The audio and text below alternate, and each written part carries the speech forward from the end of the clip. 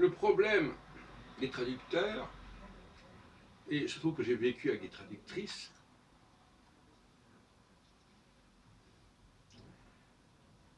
deux d'entre elles en particulier, c'est que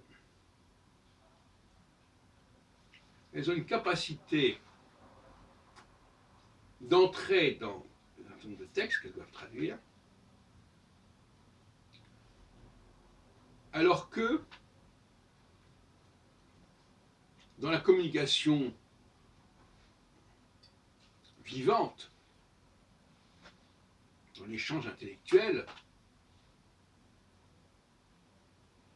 elles sont plutôt creuses, si on peut dire. Et donc elles ont besoin de se remplir. Elles ont besoin de se remplir en se mettant au service de tel et tel texte. Il y a une vacuité. D'ailleurs, la femme qui tombe enceinte, elle est d'abord vierge. Vierge, pas dans le sens qu'elle n'a jamais été pénétrée, mais vierge dans le sens où elle n'est plus enceinte. Parce que le mot vierge a finalement plusieurs sens. On ne peut pas l'oublier, ça. Et donc, cette virginité, cette revirginité, quand on a évacué quelque chose, et qu'on est prêt à se remplir à nouveau, eh bien, ça correspond aussi à une forme de vacuité.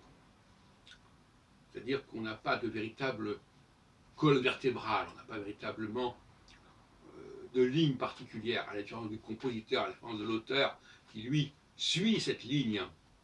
Le traducteur, lui, il passe d'un texte à un autre, comme ça, des textes qui n'ont rien à voir les uns avec les autres.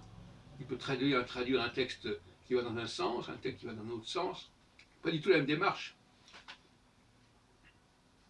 L'interprète est également dans cette situation, mais moins.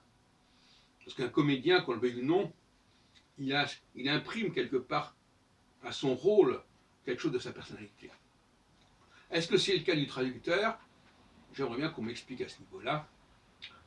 Il y a seulement des traducteurs qui sont considérés, qui sont plus appréciés que d'autres, qui sont plus talentueux que d'autres, mais est-ce que ça signifie qu'on peut reconnaître la traduction de quelqu'un? Peut-être, je ne sais pas.